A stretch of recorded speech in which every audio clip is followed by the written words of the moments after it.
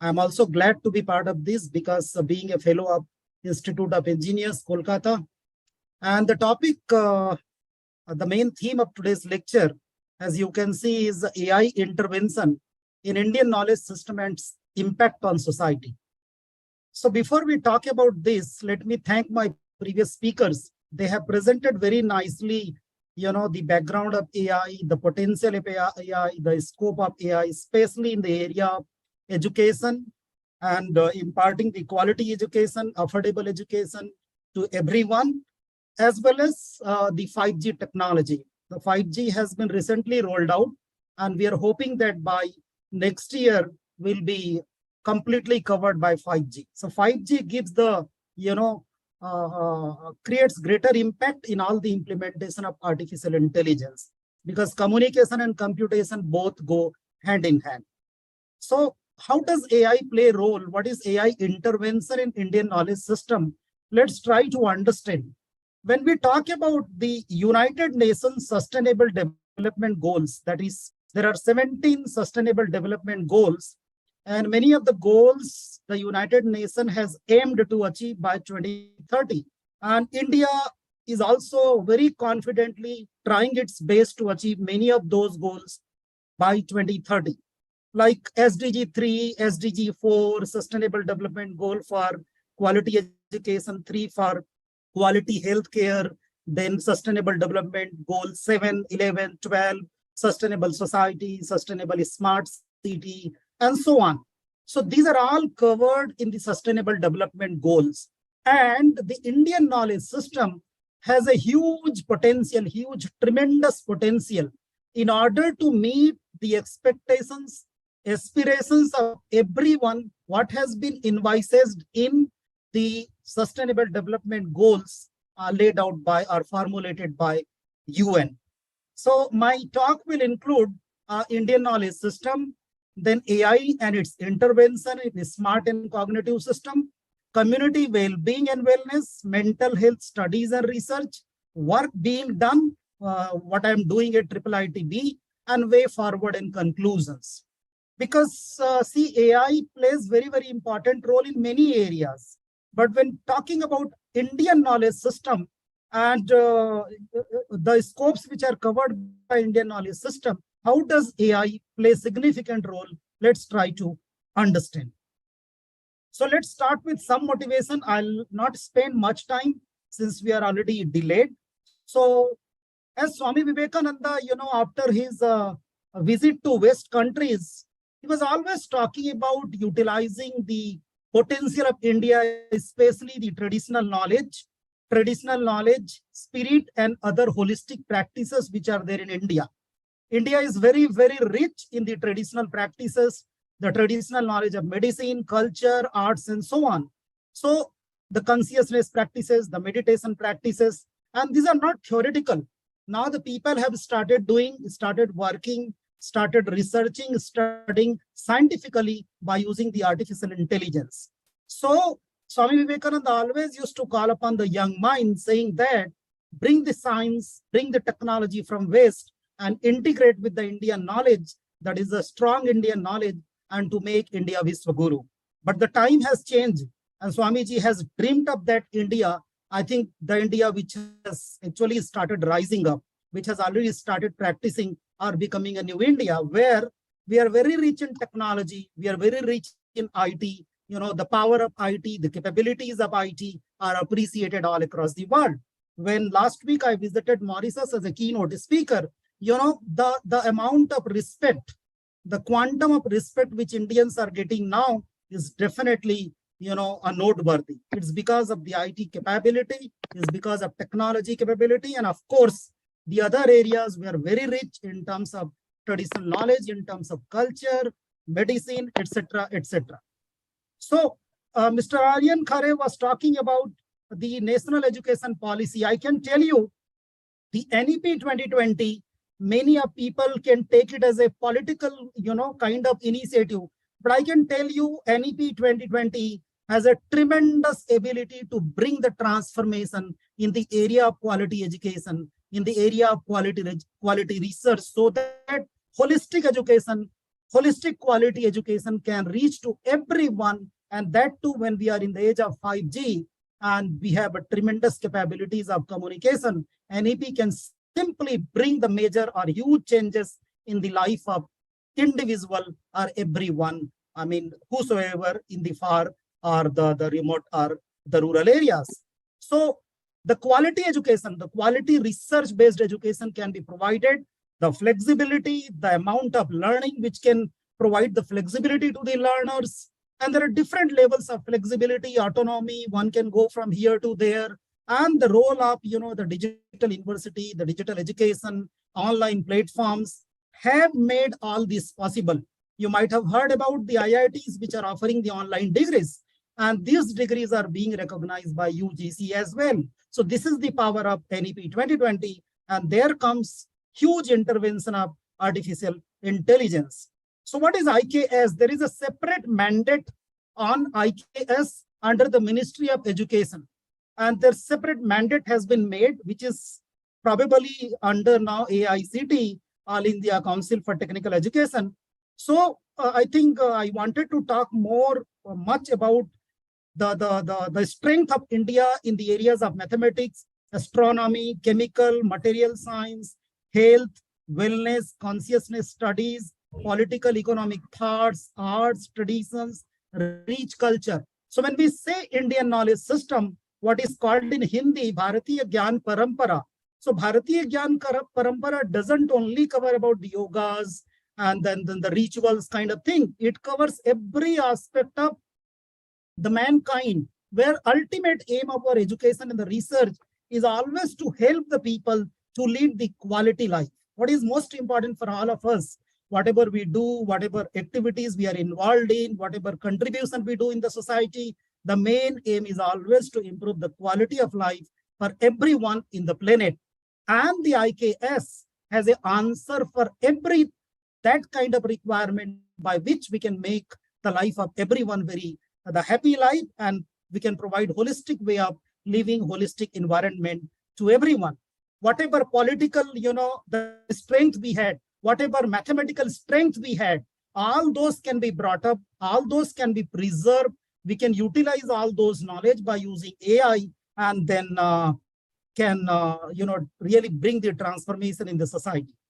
So there is a background. The background is about the IKS, as I was telling you, like discussing about the mathematics, talking about Ramanujan, or you just tell the different names of the mathematicians who have done tremendously, the brilliant work in India, and there is a historical development of mathematics and astronomy, and the studies which were made long back in India. The number of literature studies suggests that in the field of metallurgy, material sciences, and the different technologies, what kind of technologies were used in the manufacturing, in the metallurgy, in the material science those days. And you see the arts and the culture, still we can see that what were the arts behind, what were the technologies behind, what were the metallurgical, the procedures involved. It's wonderful. It's beyond imagination. So how the India had a beautiful strength, brilliant strength. Let's bring back using AI and realize the glory of India and bring the that glory to everyone. Like chemistry, which we call as a Rasayan Shastra, has a specific art as in India called as a codified knowledge system. Numerous techniques are there to produce alloys, acids, salts. All these were being produced earlier also. So what was the technique? The different textiles, medicines, arts, paintings. You see the beautiful paintings, arts, which we can find, which are maybe 30 years old or 40 years old or 100-year-old. We appreciate a lot. The people come and they just get mesmerized with those arts and then the paintings and the creativity. So what was the concept behind? Let's bring those concepts with the help of AI and make again the India as a Vishwaguru in all these areas. Ayurveda. I am just giving you the background, then I'll come to the role of AI very quickly. Ayurveda and yoga have tremendous areas, tremendous potential. I mean, people take it as a different approaches, kind of spiritual or religious approaches, which is not completely true, which is completely wrong. There are scientific ways in which one can practice health and well-being using artificial intelligence I'll tell you, talking about Upaveda and human health, how one can lead the holistic, life. All these areas we can do critical research and studies using artificial intelligence. Like Rajniti Sast, Earth Sast, how they were taught, how they were, being epic in those areas, in that area, in the age of Ramayana and Mahabharata. It's beyond our imagination, the way the great thinkers like Vishnu Gupta were contributing to the society in India. We have 64 different forms of kalas, which are arts. Bring back those legacy with the help of AI and bring back the glory. There's the idea. And the society, if it feels glorious, society, if it gets enlightened, it will definitely lead the quality and the holistic way of life. So there is a huge potential, as I mentioned. Now, if you talk about IITs, they have started practicing IKS, bringing the AI intervention in these areas. I'm happy to tell you that we have at IIIT Bangalore 2 different kinds of labs. I'm involved in those 2 labs. One is the IKS lab, Indian Knowledge System. Now one can wonder that a person of electronics and communication and a computer science background, how he can associate in the area of Indian Knowledge System. I will tell you very briefly that how and what kind of work we are doing and we are planning to do. Another area where we are doing is a smart city. And when we talk about holistic life, which has to create a great impact in the society so that we can lead the holistic life and the quality life, we have to talk about the environment, we have to talk about the nature, we have to talk about the quality education, we have to talk about the reach, how can we reach to the masses, means the potential or the capabilities of 5G and loving the nature, sustainable nature, sustainable education. All these are very important, and these are all covered in a single umbrella called as IKS. So I think much has been talked about artificial intelligence. I'm happy that I can skip these slides. There are different domains like cognitive system, neural network, planning, knowledge, robotics, perception. These are the areas where the artificial intelligence is playing super role, excellent role. So my speakers, my previous co-panelists were talking about computing capability. The data is our Prime Minister always keeps on saying, or it's a general purpose, fact, that data is the biggest challenge in the world, how to handle that data. And AI is something that can helping us interpreting the data in a more efficient manner so that the data becomes meaningful and useful. So there is an intervention in the area of smart system, in the area of cognitive system. So wherever there is a sensing involved, there is actuation involved, be it a manufacturing area, be it agriculture technology, be it smart energy, smart grid, healthcare, transportation, smart city. All these are the areas which are covered in the Indian knowledge system. Let's do smart manufacturing. I just want to recall one recent blog which became very viral. It was written by the former director of IIT, that there is some madness reported for computer science and engineering, but who will be doing the work in manufacturing, energy, and other areas? Of course, there is a tremendous requirement, huge requirement of AI in computer science people. AI intervention has to be there, will be there, but these are the areas where smartness, the smart system, the cognitive system will come into the picture and will be of huge importance. So the 5G will, make edge computing very, very, possible. Why I'm talking about edge computing, let's talk about healthcare.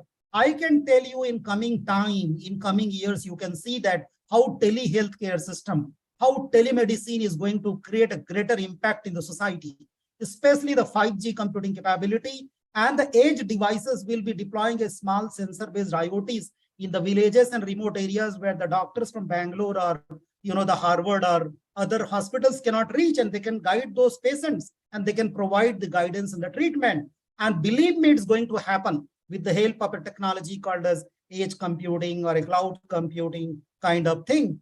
So let me, because we don't have much time, so let me quickly come to my area, which is being covered under IKS. So there are 2 terms. One is community well-being and other is community wellness.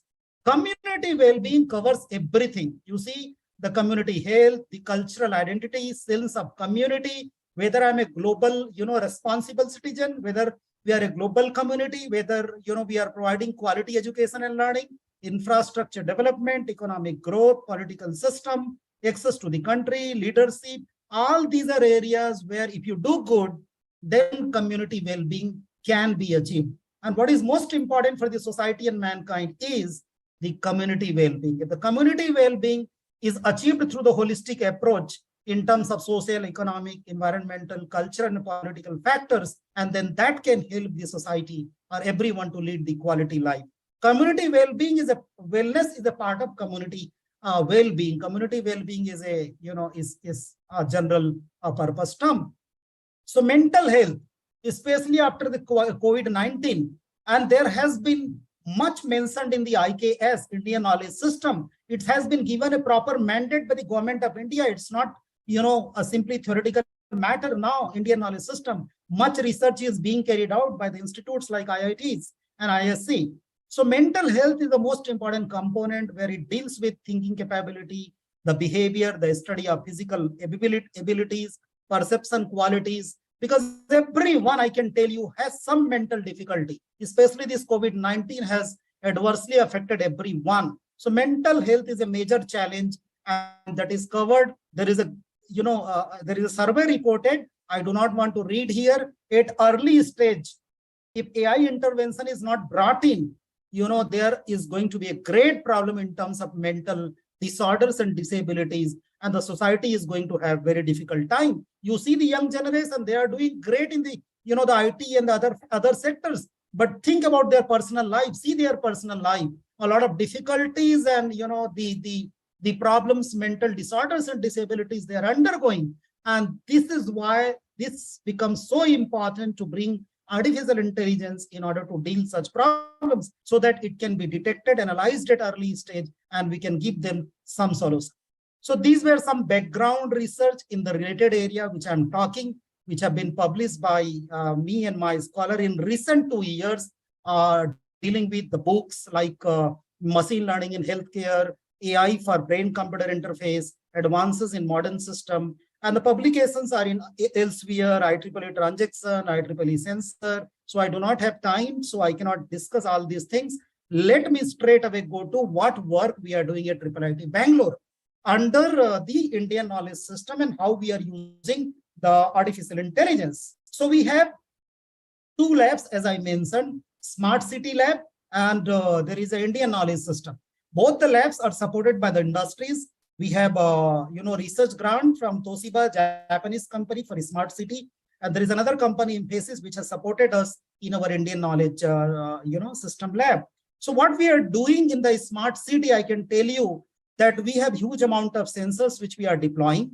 We have image processing, and we have the role of artificial intelligence. We are trying to provide not only the surveillance, the detection of intrusion, the detection of abnormality, but we are also trying to provide the solution for under low light condition, how to monitor the environmental parameters, how to monitor the traffic parameters, how to provide smart parking, smart monitoring, smart number plate recognition, detection of some unwanted person, unauthorized persons, and then detecting and in real time, believe me, what is important in this area is there are a lot of work you will find in the smart city. What is important is whether you are able to detect, track the changes, the environmental disturbances in real time, and are you able to provide some real-time warning, real-time, signaling so that immediately that problem can be dealt.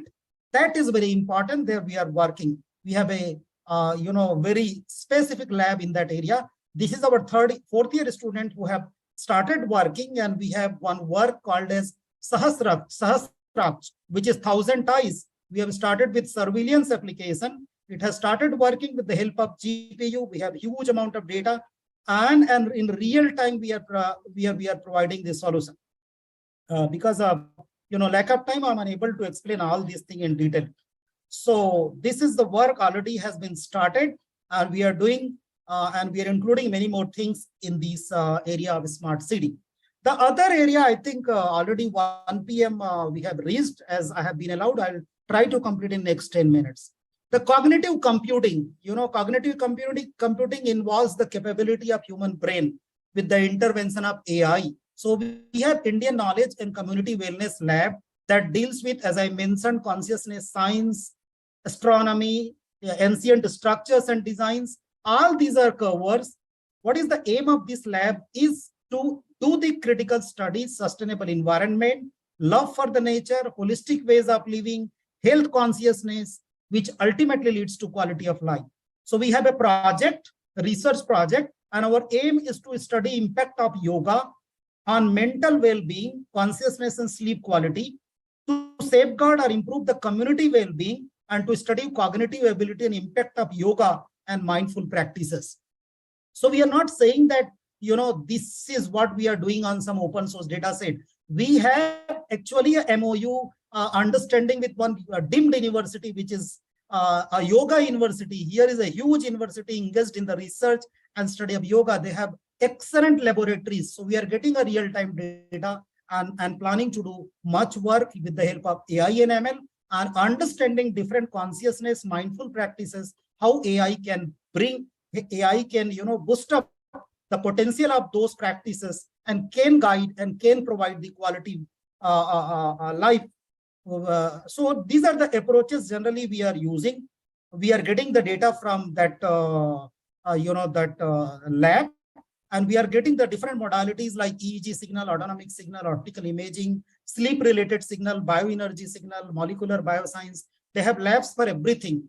Then we are analyzing the data and how we are improving the analysis with the help of AI intervention. One, collecting the data. Second, interpreting the data. Third, classification of data. Fourth, we are involving the psychologists and those who are expert in yoga and other practices who are working there and trying to improve the performance of the existing practices. These are the facilities which are there, which we are using in order to capture the labs, psychophysiology, cognitive neuroscience, and psychology, bioenergy, molecular bioscience. All these laboratories are there, which we are, I have just indicated some of those pictures of the laboratories where actually we are working, and we are applying this kind of architecture where the self-management, the prevention, diagnosis, and the monitoring and treatment related to autism, alcohol addiction, bipolar disorder, dementia, major depressive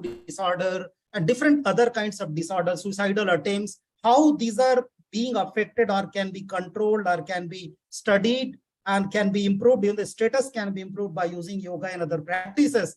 And we are trying to actually improve that thing with the help of artificial intelligence. So a study of frontal brain EEG signal, this was the result I wanted to discuss. Then comes another interesting area called as assessment of learning. We are talking about, the first speaker was talking about AI and the role of AI in imparting the quality education on online mode. But whether the AI-based online mode of education is creating that impact, the assessment is actually, the learning is actually happening in students, whether our students are able to demonstrate the learning outcomes. So there are some work where we have started working, we are able to calculate the level of confusion and non-confusion, whether students are attending, whether they are confused, how many of them are confused, how many of them are not confused, how many of them are actually understanding. This kind of study with which we started, and we have improved the models, and the timing has also been reduced, and the classification accuracy has also been improved. So I would like to say that these are the areas where the Indian knowledge system domains in the field of health science, yoga, the arts, culture, and we are trying also to preserve the different ancient languages, the scriptures and the arts, paintings, etc.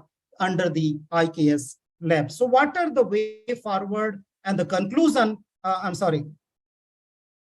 So what is important is we have cloud services, telemedicine tools, communication technologies like 5G technologies. So the future of healthcare, I can tell you, is going to drive the future of healthcare as a front runner startups and e-health research center.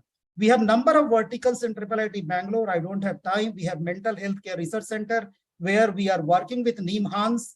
I think government of India has given around some 70 crore. We have one massive through which we are providing AI-based Aadhaar kind of solution to 10 different countries. We have 150 crore for that particular project. And there is a cognitive computing where we have crores of money and under which we are working on a lab called as Indian Knowledge System. So the robust environment monitoring, smart agriculture, manufacturing, new education paradigm, AI-enabled paradigm. I'm not saying that it cannot create the great learning outcome. It can. So what are the reforms needed? How NEP can help us in bringing or in realizing those dreams or the visions? The answer is definitely lies in the artificial intelligence. Data remains a challenge. AI, ML, there are different versions, cloud, edge, serverless, quantum computing. These are which are our capabilities, and these capabilities can be exploited. And all those scopes which are covered under Indian Knowledge System, I would suggest all the attendees who are joining now, I think the number has reduced too much. In the beginning, it was 40. So I'd recommend everyone that, just explore Indian Knowledge System. There is a separate website for that, and, study what are the areas covered and how AI can intervene in realizing those things and in implementing those things so that the quality health and the quality life can be given to everyone. Internet of medical thing is going to happen. Smart IoTs are, coming very soon based on 5G and all that. And that is going to help in the mental health and other health areas. And of course, when we talk about Indian Knowledge System, bringing AI, so our previous speakers have talked about the limitations, the drawbacks, disadvantages. So every technology has its, pros and cons. So there are security and ethical issues which are there in the implementation of AI. And of course, there are researchers who also continuously work in these areas as well to deal with the challenges. So I think I know that I have been extremely fast. I didn't plan so, but I had hardly 22 minutes. I hope that I could try to give an overview or the idea that what is Indian Knowledge System, how AI can play a role in exploring the possibilities under Indian Knowledge System, and how and what kind of work we are doing similar to other IITs and IISc Bangalore. We are, talking with the people who are, working in these areas like 5G and wireless technology.